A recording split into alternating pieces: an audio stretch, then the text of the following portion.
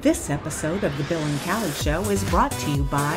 You're hurt in a wreck. Why would you even think about calling the insurance company first? Call someone who's going to work for you, not against you. The insurance companies are not on your side. We are. We are Lerner and Rowe. Lerner and Rowe are the lawyers for you. Call 222-2222.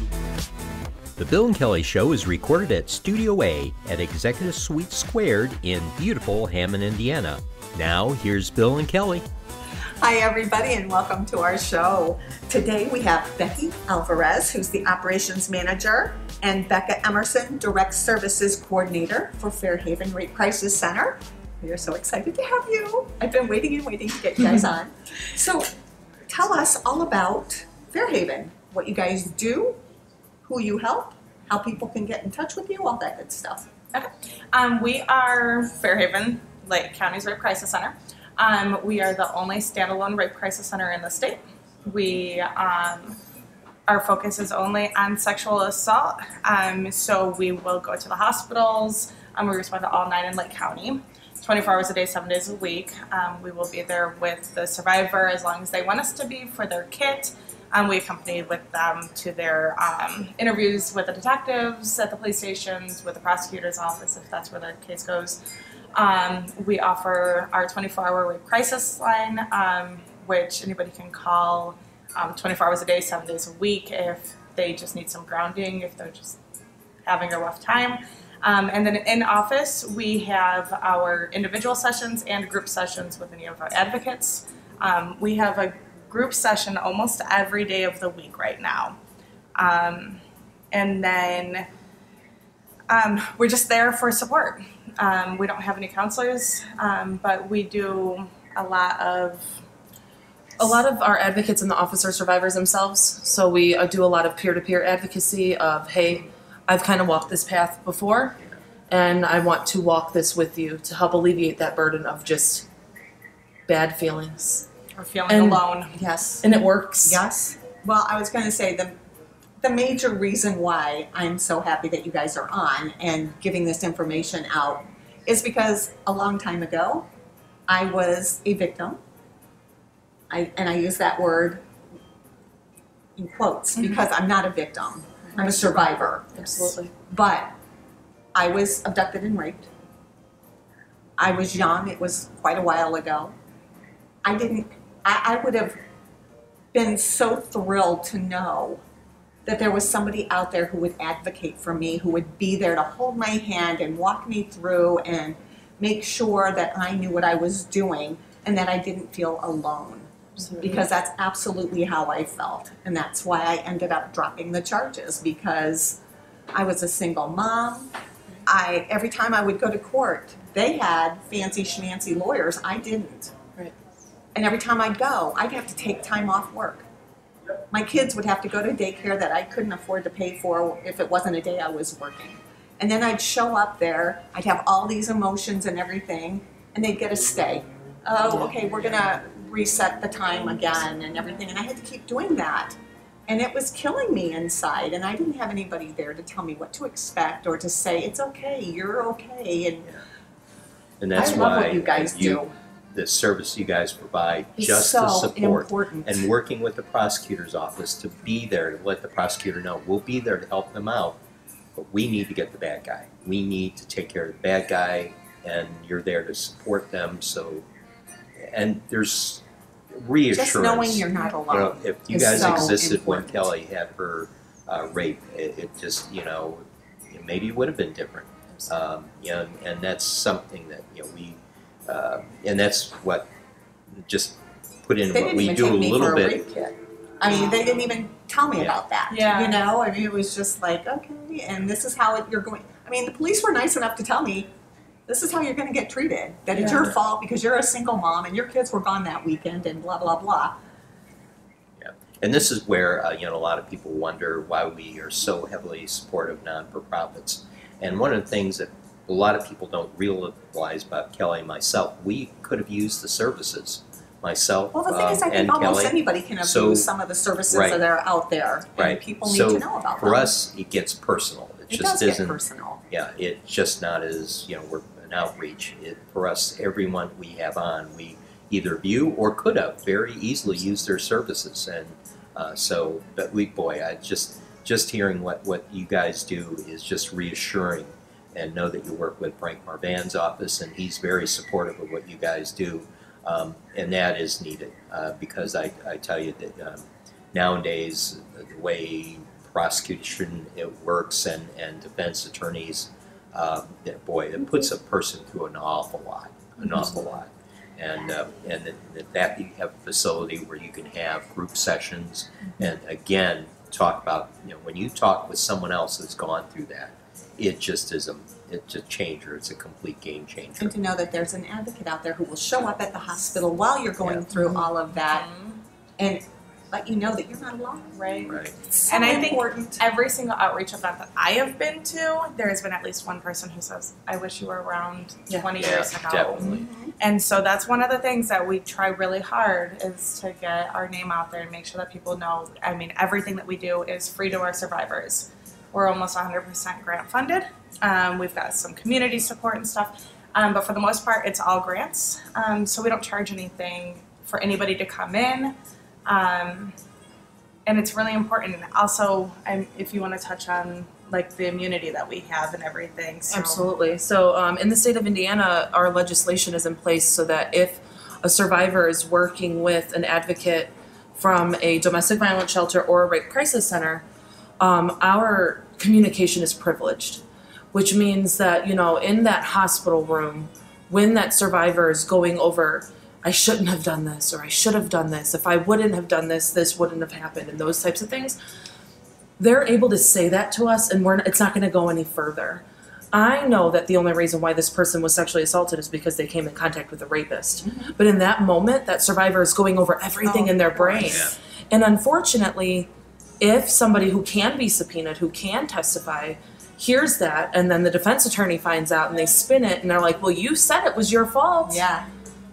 They're able to say that to us, and it does not go anywhere outside of our walls. They're safe in being able to express their feelings Absolutely. and their emotions and what they're going through at that moment. Absolutely. Which is so important. It is. And a lot of the times that's the thing that gets people to want us to stay there. Like, hey, I'm your safe person. You don't need to tell me a single thing. I have left hospital calls where I didn't know who it was, what city it happened in, where they were when it happened, but I had that connection with my client and they knew they weren't alone. Right. We're that person in the room who doesn't have that super important job of getting the bad guy. Nurses are awesome, and we have some amazing nurses in our county. Yes, we do. However, their job is to collect the evidence. We have some fantastic detectives in our county. Their job is to get the bad guy and to get all of the information, no matter how they have to do it, so that they can go get this bad guy. And we have prosecutors who are amazing, but their job is to prosecute the case. We are there specifically for the victim. We don't have anything else that we have to do.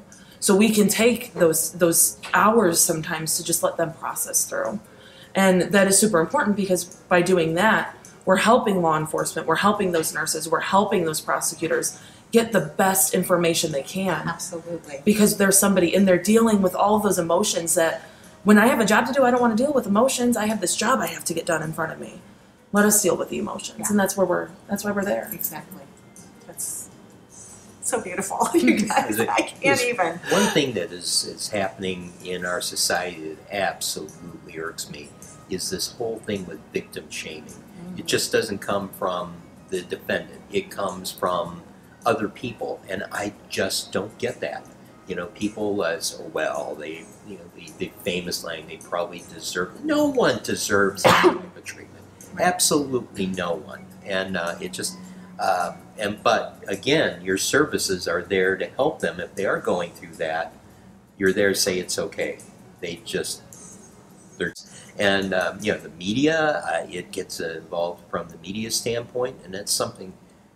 It's just alien to us. It's just I don't know why. It's so important that there's things like hashtag Me Too and all of these things, and it's becoming more acceptable to talk about these things, but there's still so much farther to go. Oh, for sure. A lot farther to go. People who, well, look at that outfit she's wearing. Absolutely. It's no wonder. Well, I don't care if she's naked. Exactly. That doesn't give you the right to come up and touch her or do something like that to her. And how Seriously, many she could be people naked. It doesn't give you the right. that you work with that were so afraid to say something, that they were so afraid of the shaming of going into that they're going to be in a courtroom and worried about what's going to happen. How is my boyfriend going to look at me now? Yeah, How is my or- husband going to look at me now? You know, or my wife, or you know, how is society going to look at me? How am I going to continue to function as a human being? How are my kids going to be affected by this? I mean, there's so much going on in their mind, and to know that there's somebody sitting right there who you can be open and honest with, and they're not going to judge you. They're not going to tell you you're wrong or anything. And the thing is, you believe them. Exactly. And that's so important. To know that somebody's in your corner and believes you. Absolutely. That's when healing starts, because so many of the survivors, you want to talk numbers, I would say 99% of the people that I've, come in contact with at some point have blamed themselves. At some point has said, if I would have done this differently or this differently, this wouldn't have happened. Why was I there at that time? Absolutely. Why did I decide to go out? And it's being able to sit there and help them say, hey, what you're feeling is normal. However, let's change that. Let's think about this in a different way. I can't tell you how many survivors I've said, I don't care how drunk or how seductive you looked, if you're standing there butt naked, drunk off your butt, doesn't give anybody the right to touch you. Exactly. And that's where I think, I can speak as like a female growing up. There's a laundry list of things to do. Don't go any, power in numbers. Don't leave your drink unattended. Always watch the bartender pour your drink and all these things. And yeah, that's important, but we don't talk about the fact that like 80% of people are assaulted by people that we know. People that we trust, people who are already in our circle. It's not the stranger when I'm walking down the alley that I have to worry about. And sometimes it is. Absolutely. Sometimes it is. A lot of the times it's not. Yeah. And so then we have this, well, I checked off all the things on my checklist and it still happened. Yeah. So what did I do wrong? Exactly. And trying to help them understand you've done nothing wrong. And to sit there and take as long as it needs to help them get to that place where they're like, no, I didn't do anything wrong. This isn't my fault. No. So we're going to run out of time here. I want to make sure we get to some other key factors, like and I hear that you do rely on grants for funding, but there's some other fundraisers you have, isn't there, that they're coming up? We do. We've got our walk. It's our 17th annual Walk in the Park, and it's at Wicker Park on April 25th. And we're doing it a colorful fun run.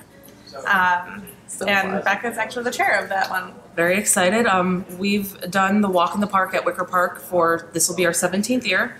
Last year I somehow convinced my boss to allow us to throw color at people, and it worked even in the blizzard. So we're doing it again this year. We're going to have even more color, so I'm very excited. We're getting fancy shooters and stuff.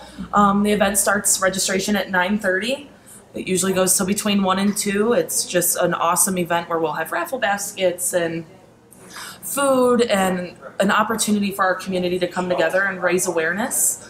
One thing that we are doing differently this year that our sexual assault nurse examiners don't know is that we're going to be honoring our nurse examiners in our county. Surprise. Surprise, you'll be getting an invitation from me soon. So we're going to be honoring our partners and making sure that people know that they're here. We're all here for you, and then we're going to shoot you with color, and it's going to be messy and fun and awesome. And thanks, Let's Frank, not use the word shoot. Spray. Spray color. That's right. And thanks to Frank and the township for co-sponsoring the event and Isn't letting he a great guy? He is. Yeah, I tell you. In fact, we talked about the other day what his township does kind of mirrors what things that we support.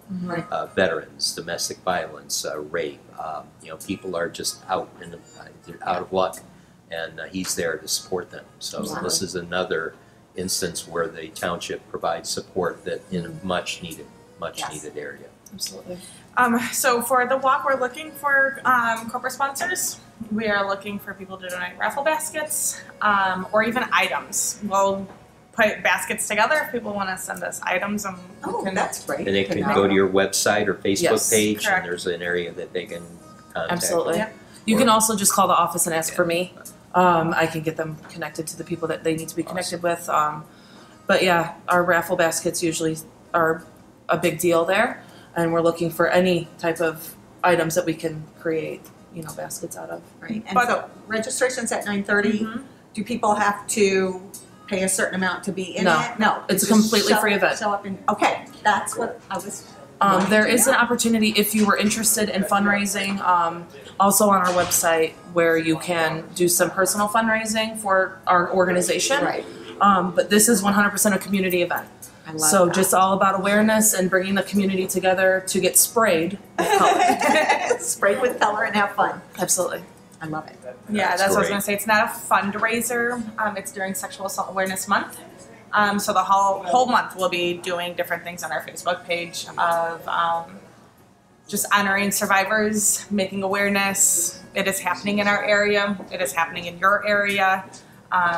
Unfortunately, we know it's everywhere. Yeah. Now, if someone wants to contribute monetarily, even though you do get these grants, is there a way that they can go to your website or contact you and say, hey, listen, I want to help? Yes. Absolutely. Our Facebook page, we're on Global Giving, which is a website that is global for nonprofits. We've got it on our website. You can call us. We accept checks that are mailed into us. And then in November, we've got our actual fundraiser, which that's our fairy tale ball. And that one will be November 8th. And that's at Halls of St. George. It's a huge event, 300 people. And it's just a really good time. We don't do scary statistics. We get our name out there, make sure people know that we're there. But we honor some of our clients at it in discreet ways so nobody knows that that's who they are. But it's really a lot of fun. It You is guys a should lot check of that out. fun. Absolutely. Yeah, I'm sure you have pictures posted Yes. Oh, yes. on your site, so people can go and see all those fun things. It's and fun. The kids with the little princesses and everything. They can and get how their beautiful hair it is. done and like an updo. Stylists come in and they'll volunteer their time to do the hair for the little kids. We had boys and girls getting their hair done this past year. It was a lot of fun. Yeah. Well, listen, this has been very informative. We were so happy to have you guys Yes. finally on our show. And please don't be strangers. We'll invite you no. again. Come And, back every come time back. there's something new Absolutely. and exciting to let our Yeah. viewers know about. And we would like to thank you for what you guys do. Yes. It's not an easy job. No. It's a crucial job. And so it's a very crucial part of our community service that you provide. So with that, thank you very much. Yes, you. thank you Can we so give much. our crisis line? Yes, Yes, definitely. Give And it we'll out, but put we'll it up also there as put well. it up as too. well. Yeah, But let them know definitely. right Yeah. now. What is it? 24 hours a day, 7 days a week. You can call 219-218-2552. A victim advocate will respond, and we'll meet you wherever you're at. Thank you. Beautiful. Thank you. That's great. All right. Love you guys so much. Yes, we do. With that, we'll say goodbye for now. Bye, everybody. Bye.